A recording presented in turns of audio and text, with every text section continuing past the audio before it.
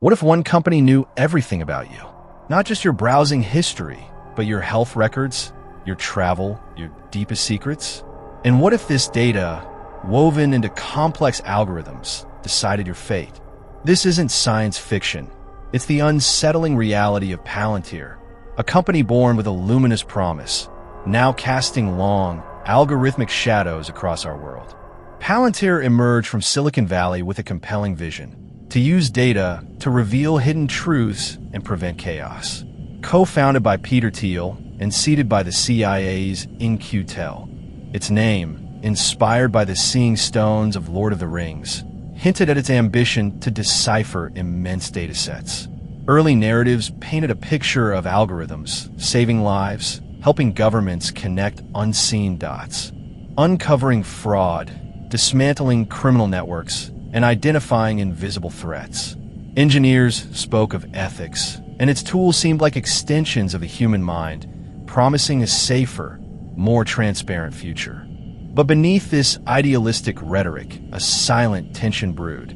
Each advancement demanded greater data access and increased power over the information of millions, often without their explicit consent. This was the quiet cost of insight. Over time, Palantir's light began to cast longer, more complex shadows.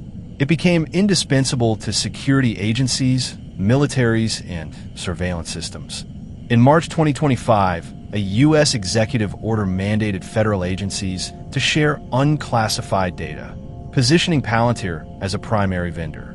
Critics immediately warned this could create a digital dragnet, transforming from a tool that merely mirrored reality into a force that actively shaped it.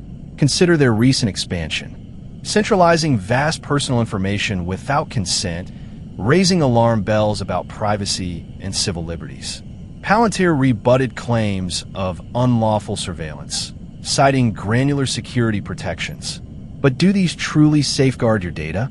This isn't just about efficiency. It's about unprecedented analytical capabilities directly influencing battlefield outcomes. Internationally, Palantir's influence is profound. Their reach extends deep into defense. August 2025 saw Palantir secure its largest ever contract, a staggering $10 billion, 10-year deal with the U.S. Army.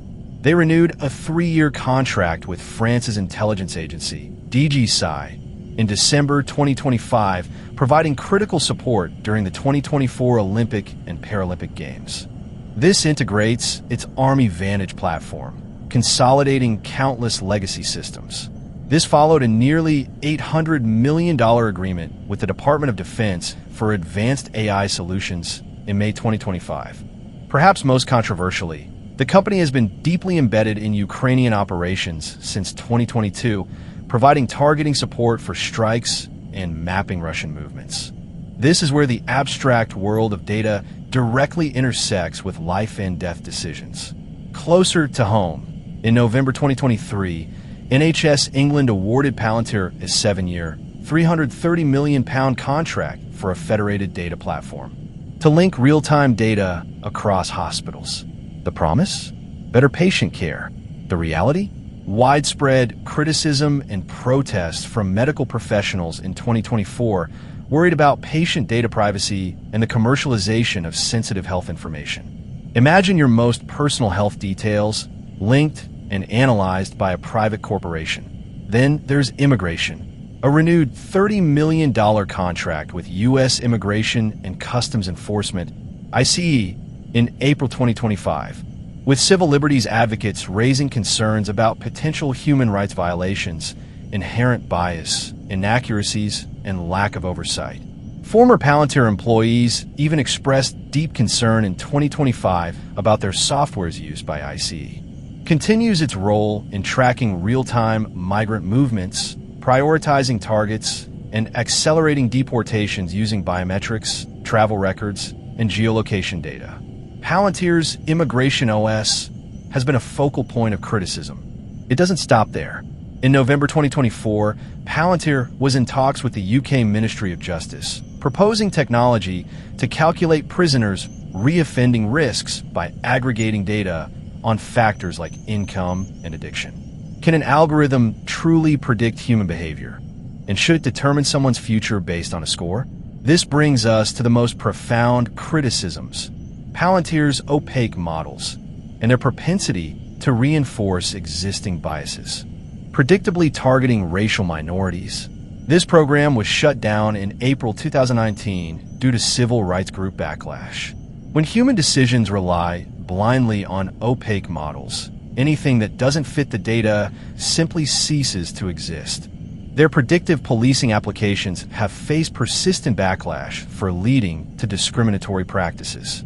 In New Orleans, 2012 to 2018, police covertly deployed Palantir to identify crime risks by analyzing personal data. The company doesn't just uncover patterns, it uncovers unholy ones. The functioning of Palantir's algorithms often remains shrouded in secrecy. There's an institutional effort to keep details unresolved, including criminal records and social media. Critics feared biased policing without oversight, disproportionately targeting communities. Similarly, in Los Angeles, Operation Laser used Palantir Gotham to generate watch lists, with prosecutors and immigration agents reportedly avoiding citing Palantir's software in evidentiary documents, effectively hindering legal challenges. Courts themselves have shown skepticism. This lack of transparency means you often can't challenge the algorithmic decisions affecting your life. Thus, Palantir went from being a tool for understanding the world to a cold and distant oracle, one that observes in silence, accumulates knowledge, and profoundly influences who is protected, who is suspected, and who is trapped forever in a prediction. CEO Alex Karp himself starkly stated, "Our product is used to kill people," underscoring its direct role in lethal military operations. Allegations surfaced in January 2024 that Palantir's advanced targeting software was used in Israel's campaign in Gaza. Amnesty International and others raised concerns about human rights implications. And what about security? A late 2025 internal U.S. Army memo reportedly warned of fundamental security problems in a joint battlefield communications system involving Palantir, citing very high risk and potential war crimes when AI tools provide precision targeting recommendations with little human oversight. This is no longer just about data, it's about blood, from insider and external attacks. While Palantir and the Army stated these issues were addressed, it highlights the immense power and potential risks of centralizing so much sensitive data. Critics argue that Palantir's data integration risks creating an infrastructure of omniscience leading to omnipotence, drawing unsettling parallels to China's social credit system.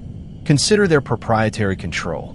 While clients own their data, Palantir retains intellectual property rights over the analyses produced by its software. This creates significant vendor lock-in. In April 2025, Palantir sued Guardian AI, a startup founded by former employees, alleging theft of trade secrets and revealing key architectural frameworks of their systems. They own the very insights derived from your data. This raises concerns about eroding anonymity, stifling dissent, and transforming citizens into subjects of an algorithmic regime, with profound implications for privacy, democracy, and due process.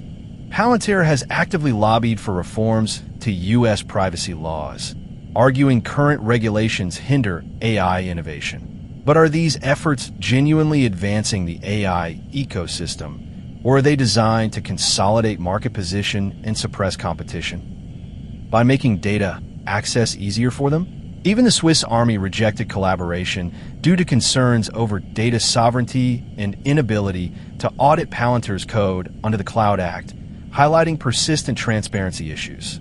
Financially, Palantir is a titan, reporting $2.87 billion in revenue for 2024, projected to hit over $4.1 billion in 2025. Its market capitalization reached approximately $437.45 billion by August 2025. Government contracts accounted for $1.6 billion in 2024, projected to grow to $1.8 billion in 2025. U.S. government revenue specifically grew 45% year over year in Q1 2025. Its stock performance gained over 158% in the last year, a testament to its market dominance despite a high valuation. This isn't just a tech company, it's a geopolitical player. So, as Palantir continues to expand its reach, connecting more dots, integrating more data, and influencing more decisions, we are left to ponder, what price are we truly paying for this promise of order? Are we exchanging our privacy and autonomy for a perceived sense of security? Are we willingly stepping into a future where algorithms, not humans, hold the ultimate power to define our reality, to decide our fate? The oracle has spoken, but who truly benefits from its prophecies?